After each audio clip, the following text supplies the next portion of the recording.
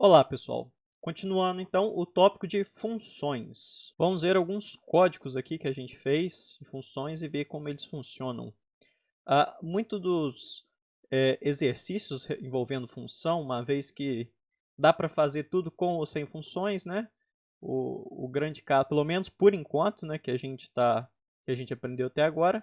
Porém, um grande caso é a gente conseguir reaproveitar o código, escrever o código mais organizado, mais bonito. Então, muitas das vezes, os exercícios que envolvem função vão ser desse tipo. Eles vão pedir, vai te dar aqui a função principal, né? O que vai rodar de forma principal aqui no programa.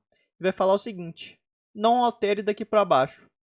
Então, ó, tá chamando uma função inicializar, tá chamando uma função ler, tá chamando uma função imprimir, tá te mostrando qual tem que ser a saída, porém, você não pode alterar daqui para baixo.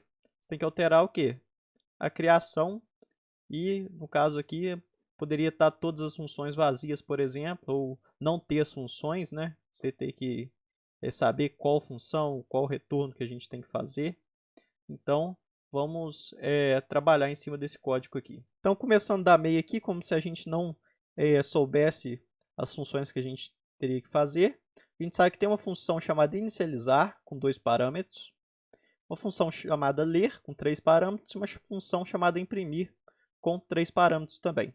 A gente sabe que esse inicializar aqui, ó, provavelmente está pedindo isso daqui, né?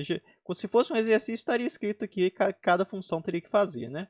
Mas nesse inicializar aqui, ó, eu estou pedindo linha e coluna, ou seja, x e y, que linha e coluna de uma matriz, e eu vou ter que inicializar ela. Então, esse m aqui, que vai ser igualado a essa inicialização, então também é uma matriz. Então, a gente sabe aqui que o ler recebe uma matriz e o imprimir também recebe uma matriz.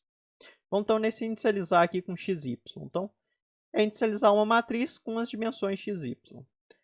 Então, aqui a gente está pegando o número de linhas, o número de colunas, fazendo aquela inicialização lá com o list, que a gente já viu, né? Não usando aqui a biblioteca NumPy, e retornando justamente essa matriz aqui que a gente criou. Se a gente criou uma matriz aqui dentro e está retornando ela. Quando a gente retorna ela para M aqui, eu estou falando que M é essa matriz aqui que eu criei aqui dentro. Então, aqui na inicialização, a gente inicializa uma matriz com as dimensões dela aqui. Na função ler, a gente está pegando essa matriz, as dimensões dela também, e o que a gente vai fazer aqui dentro é ler do usuário. Se a gente vai fazer um for aqui, alinhado, for dentro de for, número de linha, percorrer todas as linhas e todas as colunas, e para cada elemento da matriz a gente vai pedir digite o M, aí a gente vai informar qual é a linha e qual é a coluna que a gente está pedindo. Como aqui está um sinal de igual, ó, eu não preciso igualar nada aqui. Eu sei que se eu mexer, o M não é uma matriz, o x e o y eu posso alterar lá dentro que não vai fazer diferença aqui fora. Mas como o M é uma matriz, né, o M é um arranjo, quando eu passo aqui dentro e dou um sinal de igual, o que eu estou mudando aqui dentro, eu estou mudando aqui fora também. Então não precisa igualar nada. Qual que é o único que igualou? O único que teve um return foi essa inicializar aqui, ó, que eu só retornei a matriz que eu estou pedindo. As outras duas funções aqui não tem retorno nenhum.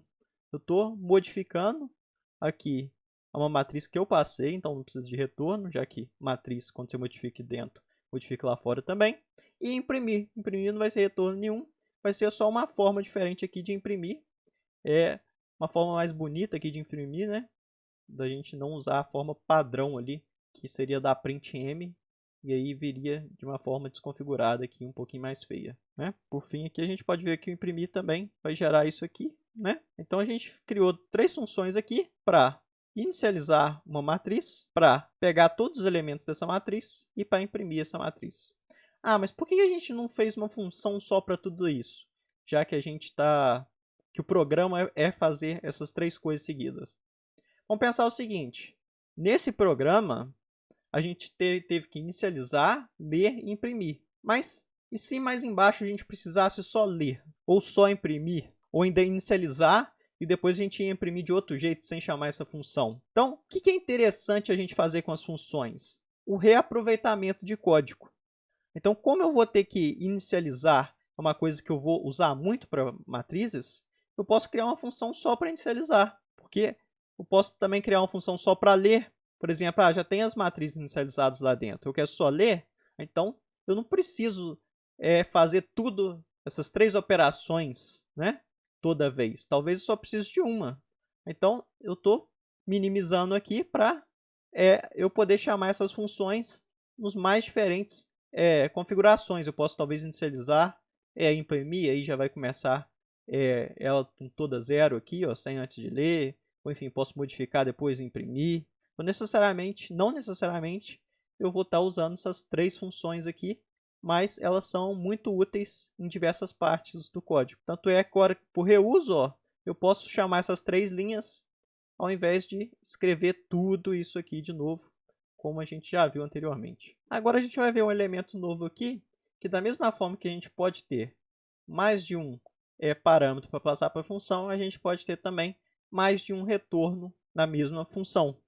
Então, ó, a gente criou uma função aqui que vai pegar o maior valor e o menor valor de uma lista. Então, primeiro eu verifico aqui, se o tamanho da lista for maior do que 0, aí eu posso fazer alguma coisa. Se não for, se o tamanho da lista for 0, se já for vazia, eu já vou retornar aqui erro, erro. Estou retornando 2 variáveis aqui, retornando erro e erro. Nesse caso aqui são literais, né? Estou retornando 2 strings aqui. Só que se o tamanho for maior que 0, eu vou fazer aqui esse algoritmo aqui simples, né, que a gente já viu, para pegar o maior e o menor elemento. E aí sim retornar o menor elemento, vírgula, o maior. Então aqui eu estou retornando 2 números, não é mais um número ou uma string, são 2 elementos aqui. Que também pode ser, posso retornar 2 strings, né, falando que deu erro, já que se a lista for igual a 0, né, se a lista for vazia, ou eu retorno o maior valor e o menor valor aqui. Então, aqui fora a gente criou esse vetor aqui nessa lista com 6 elementos. Então, eu passei o vetor mais o tamanho, né, que é o que está pedindo aqui, e ele vai me informar o menor e o maior elemento da lista. Só como que a gente pega aqui? Da mesma forma que a gente está retornando elementos separando por vírgula, a gente pode pegar 2 variáveis aqui, ó, separando por vírgula também, e a gente fazer agora imprimir essas variáveis separadas. O maior é o b, ou seja, o maior é o segundo elemento retornado, como a gente está retornando aqui max.